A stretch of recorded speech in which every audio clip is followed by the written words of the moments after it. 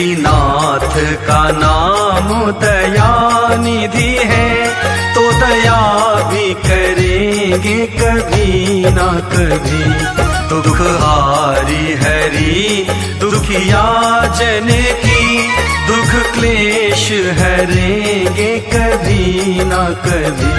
यदि नाथ का नाम दयानिधि है तो दया भी करेंगे कभी ना कभी। दुख हारी हरि दुखिया जन की, दुख क्लेश हरेंगे कभी ना कभी। यदि नाथ का नाम दयानिधि है।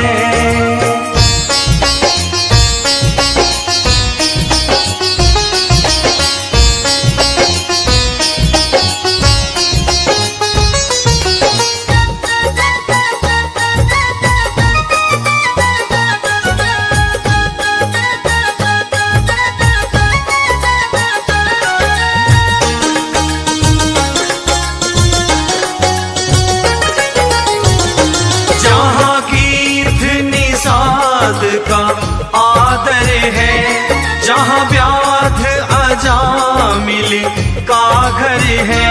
जहाँ वेद निषाद का आदर है, जहाँ व्याध अजामिल का घर है।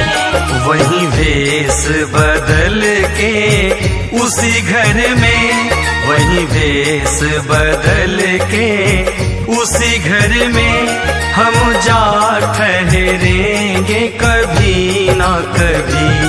यदि नाथ का नाम दयानिधि है तो दया भी करेंगे कभी ना कभी।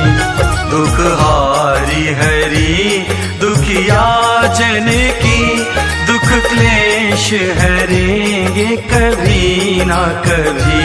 यदि नाथ का नाम दयानिधि है तो दया भी करेंगे कभी ना कभी। दुख हारी हरि दुखिया जन की, दुख क्लेश हरेंगे कभी ना कभी।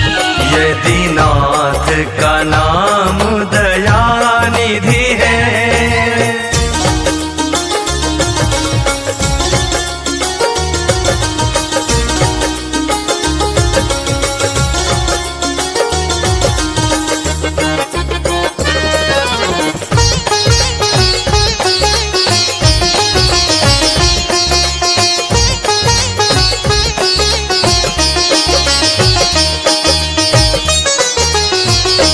जिस अंग की शोभा सुहावनी है, जिस श्यामल रंग में मोहनी है।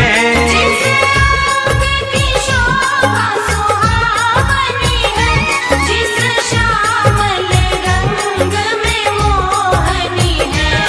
उस रूप सुधा से स्नेहियों की, उस रूप सुधा से स्नेहियों की दृग प्याल भरेंगे कभी ना कभी। यदि नाथ का नाम दयानिधि है तो दया भी करेंगे कभी ना कभी। दुख हारी हरि दुखिया जन की, दुख क्लेश हरेंगे कभी ना कभी। यदि